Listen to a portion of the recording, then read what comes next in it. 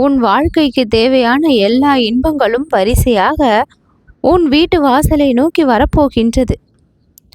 உன்னுடைய இல்லத்தில் இருக்கக்கூடிய அத்தனை பிரச்சனைகளும் சரிவடையும்.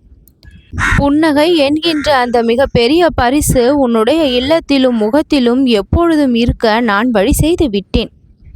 தவறுகள் செய்வது மனித குணம், அதை ஒப்புக்கொள்வது ஆன்மீகத்தினுடைய உயர்வு. ஒன்றை செய்துவிட்டாய் என்பதற்காக அதை உடனே மறைத்து நல்லவனாக வெளி தோற்றத்தில் காண்பிக்கக்கூடிய எண்ணம் மிகவும் தவறு. ஒரு தவறை செய்துவிட்டால் அதை தவறு என்று நினைத்து வருந்தக்கூடிய மனப்பான்மை உடனே வர வேண்டும். அதை திருத்தி கொள்ள முற்பட வேண்டும். அது தெரிந்து செய்திருந்தாலும் தெரியாமல் செய்திருந்தாலும் அதை மீண்டும் செய்யாமல் கவனத்தோடு இருக்கவும் வேண்டும். ஒருவர் மீது நம்பிக்கை வைக்கின்றோம் என்றால் அது நம்மால் பாதுகாத்து வைத்திருக்கப்பட வேண்டும். வாழ்க்கை என்பது முடிவுகளின் தொகுப்பல்ல, அது அனுபவங்களினுடைய கலை என்பதை உணர்ந்து ஒவ்வொரு அனுபவத்தையும் ரசித்து ரசித்து வாழ வேண்டும். எந்த தவறு வேண்டுமானாலும் ஒரு முறை வரலாம், ஆனால் அதை தொடர்ச்சியாக செய்வதுதான் பாவமாக மாற்றப்படுகின்றது. வார்த்தைகள் இல்லாமலேயே அன்பை காட்டும் அந்த ஒரு பார்வை 1000 வரிகளுக்கு சமம்.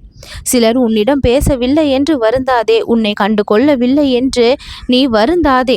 அவர்கள் மனதிற்குள் நீ ஆழம் வரை சென்றிருக்கின்றாய். அங்கு பேச்சோ உரையாடல்களோ அவசியம் என்பது நிச்சயம் கிடையாது. ஒருவர் சிரிக்க சிரிக்க மற்றவர்களிடம் பேசுவார்கள், நேரத்தை பகிர்ந்து கொள்வார்கள், மனதில் ஆசையோடு பேசி நன்றாக பழகுவார்கள். ஆனால் அவர்கள் உள்ளத்தின் ஆழம் வரை இருக்கின்றார்களா என்று யாராலும் சொல்லிவிட முடியாது. ஆனால் ஒரு சில உறவுகள் பேசுவது கிடையாது, நேரத்தை அதிகமாக பகிர்ந்து கொள்வதும் கிடையாது. ஆனால் அந்த நபர் அவர்களுடைய உள்ளத்தின் ஆழம் வரை சென்று நிலைத்து இருக்கக்கூடிய தன்மையையும் பெறுவார்கள். உண்மையான அன்பு என்பது மனதோடு மனம் பேசக்கூடியதுதான். ஒரு சிலரால் நீ ஏமாற்றத்தை அனுபவித்து இருக்கின்றாய் என்று நீ நினைக்கின்றாய். ஆனால் அது ஏமாற்றம் கிடையாது. உன்னுடைய அன்பு அந்த இடத்தில் வளர்ந்துதான் இருக்கின்றது என்பதையும் நீ தெரிந்து கொள்ள வேண்டும். ஒரு சில உறவுகள் உன்னை விட்டு பிரிந்திருந்தாலும் அது உன் நினைவோடு இருக்கின்றது என்பதை நான் இப்பொழுது தெரிவிக்கின்றேன். வெளியில் பார்த்து எதையும் எடை போட்டு விடாதே. உள்ளொன்று புறம் ஒன்று என்று 2 விதமாக அனைத்தும் திகழ்கின்றது. எல்லாவற்றையும் காலத்திடம் ஒப்படைத்துவிட்டு உன்னுடைய கடமையை நீ நம்பிக்கையோடு செய். நீ கொடுத்தது எதுவும் உண்மையாக இருந்தால் அது மீண்டும் உனக்கு உண்மையாக திரும்ப கிடைக்கும் என்பதையும் தெரிந்து கொள். பொய்யோடும் புகட்டோடும் வாழ்பவர்கள் நிலையான வெற்றியை எப்பொழுதும் அடைவது இல்லை. பாதியிலே அவர்களுடைய நிலை தடுமாறி கீழே சரிந்து விடுவார்கள். ஆனால் உண்மையும் நேர்மையும் வாய்மையும் இருப்பவர்கள் சரிவடைவது போல தெரிந்தாலும் அவர்கள் ஒரு நாள் நிலைத்து வெற்றியை பெறும் திறமையை தகுதியை பெற்றவர்களாக மாறுகின்றார்கள். யாரோ ஒருவர் நம்மை மனதோடு நேசிக்கின்றார்கள் என்றால் அது நமக்கு கிடைத்த ஆசீர்வாதம்.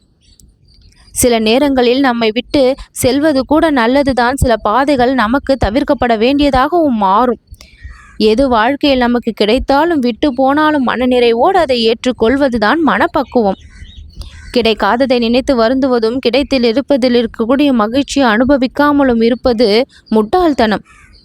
எதையும் ஆழமாக சிந்தித்தால்தான் முடிவுகள் ஆழமானவையாகவும் இருக்கும். அமைதியாக பதிலளிப்பது ஒரு பெரிய அறிவினுடைய அறிகுறி. நீ அமைதியாக மாற வேண்டும். உன்னுடைய உள்ளத்தின் அளவிலும் வெளி அளவிலும் நீ எப்பொழுதும் ஒரு அமைதியோடு இருக்க தெரிந்து கொள்ள வேண்டும். அதுதான் அதிகப்படியான வலிமையை வெளிப்படுத்தக்கூடியது. ஒரு விஷயம் பிடிக்கவில்லை என்றால் அந்த இடத்தில் சண்டையிட்டு கூச்சலிட்டு ஆர்ப்பாட்டத்தோடு நடந்து கொண்டால் அந்த அதிகாரத்தால் எதையும் மாற்றிவிடவோ திருத்திவிடவோ அந்த பிரச்சனையை சமாளிக்கவோ முடியாது. மேலும் மேலும் அது அதிக பிரச்சனையாக வளர்ந்து விடக்கூடிய வாய்ப்பு தான் அங்கு அதிகரிக்கும். மாறாக அதை அமைதியாக கடந்து சென்றால் பிறரிடத்தில் மாற்றமும் உன்னிடத்தில் நிம்மதியும் உனக்கு கிடைக்க செய்யலாம். உன் கண்ணீரில் உண்மை இருக்கின்றது. ஆனால் அதை எல்லோரும் காண மாட்டார்கள். எல்லோருக்கும் அது ஒரு புரிதலை கொடுக்காது. அந்த கண்ணீருக்கு காரணமானவர்களுக்கு கூட அது ஒரு புரிதலை கொடுக்க வாய்ப்பு குறைவாக தான் இருக்கும். ஆனால் காலம் அந்த கண்ணீருக்கான பதிலை உனக்கும் கொடுக்கும், அதற்கு காரணமானவர்களுக்கும் கொடுக்கும். யாரையும் குறை சொல்லும் முன் நம் நிழலை நாம் பார்க்க வேண்டும். நாம் சரியாக இருக்கின்றோமா என்று பார்த்துதான் பிறரை குறை சொல்ல வேண்டும். அப்படி சொல்லக்கூடிய குறை கூட பிறரால் ஏற்றுக்கொள்ளப்படவில்லை என்றால் அந்த இடத்திலிருந்து அமைதியாக நகர வேண்டும். பிறர் மனதை கட்டுப்படுத்தவோ, பிறருடைய செயல்களை கட்டுப்படுத்தவோ, அவர்களை மாற்றவோ, மனதளவில் திருப்திப்படுத்தவோ யாராலும் முடியாது. ஒவ்வொருவருக்கும் ஒவ்வொரு சூழ்நிலை இருக்கின்றது. அதற்கேற்றாற் போல வாழ்க்கையை நடத்தி கொண்டு இருக்கின்றார்கள். பிறருக்கு கூறும் அறிவுரை எல்லோரும் ஏற்பது இல்லை. யாருக்கு காலமும் நேரமும் சரியாக இருக்கின்றதோ அவர்களால் தான் ஒரு சில அறிவுரைகளை ஏற்று அதன்படி நடக்கவும் முடியும். எல்லாவற்றிற்கும் நேரம் கூடி வர வேண்டும். உன் வாழ்க்கையில் பல இன்பங்கள் உனக்கு நடக்கக்கூடிய இந்த நேரம் இப்பொழுது அற்புதமாக இருப்பதால் நீ நினைத்த காரியம் ஒன்று இப்பொழுதே நடக்கக்கூடிய அளவிற்கு அதிசயத்தை காணும்.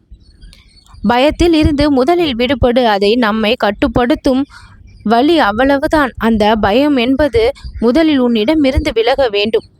பிழைகள் மூலம் மனம் உளறுகின்றது, ஆனால் அவை நம்மை புத்துணர்ச்சி தான் ஆக்கும். நல்லதாய் நினைத்தால் வாழ்க்கை நல்லதாய் நினைக்கும்.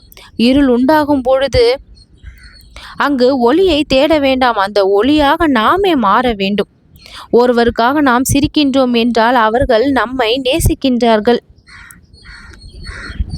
சொற்கள் இரண்டும் முடிவடைகின்றது, ஆனால் உணர்வுகள் 1000 வார்த்தைகளாக பேசப்படும். அங்கு யாரும் உன்னை மதிக்கவில்லை என்றால் உன்னை நீயே மதிக்க ஆரம்பி. உணர்வுகளை வார்த்தைகளில் மாற்ற முடியாது, அதுதான் பெருமை. அது தானாக மாற்றத்தை காண வேண்டும் உன் செயல்களின் மூலமாக. உன்னை நீயே பல விஷயங்களில் இப்பொழுது மாற்றிக்கொள்ள தயாராகி விட்டாய்.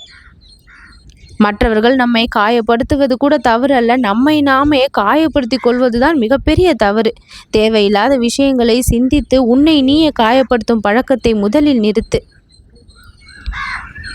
நமக்காக நாம் உண்மையாக இருக்க வேண்டுமே தவிர பிறருக்காக அல்ல. முதலில் உனக்கு நீ உண்மையாக இரு.